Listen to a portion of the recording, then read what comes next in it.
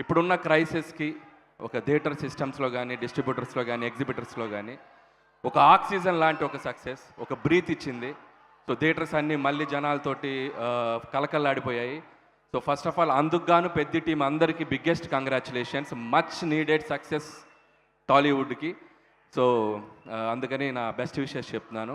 అలాగే ఈ టీంలో పనిచేసిన టెక్నీషియన్స్ అందరికీ, రత్నవేల్ గారు, సో సూపర్ విజువల్ సార్. అసలు నేను మీతో సరలేరు వర్క్ చేశాను అండ్ ఎక్స్ట్రాడినరీ, ఆ వరల్డ్ని అద్భుతంగా క్రియేట్ చేశారు అండ్ కంగ్రాచులేషన్ సార్. అలాగే the great music director AR Rahman గారు, అద్భుతమైన పాటలు.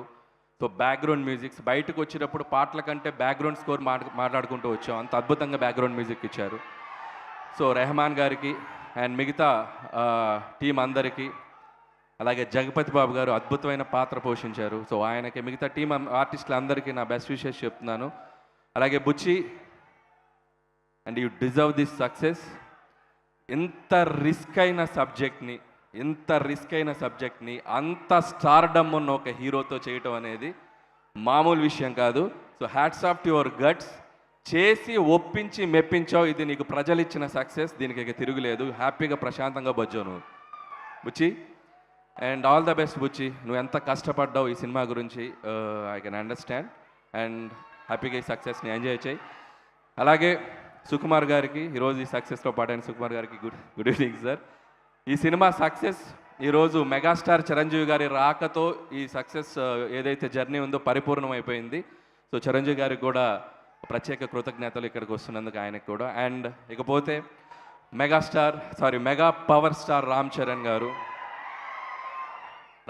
గారు ఈ సినిమా కోసం ఏం చేశారనేది 4 ముక్కల్లో చెప్తాను. ఆయన కొండలెక్కాడు, కండలు పిండారు, దుమ్ములో దొర్లాడు, బాక్స్ ఆఫీస్ దగ్గర దుమ్ము లేపారు. So I can say. And అలాగే ఈ సినిమాలో ఒక గద పట్టుకున్న ఒక పోస్టర్ ఉంటుంది రామ్ చరణ్ గారిది, అది చూస్తే నాకు ఒక హనుమంతుడిలాగా అనిపించారు.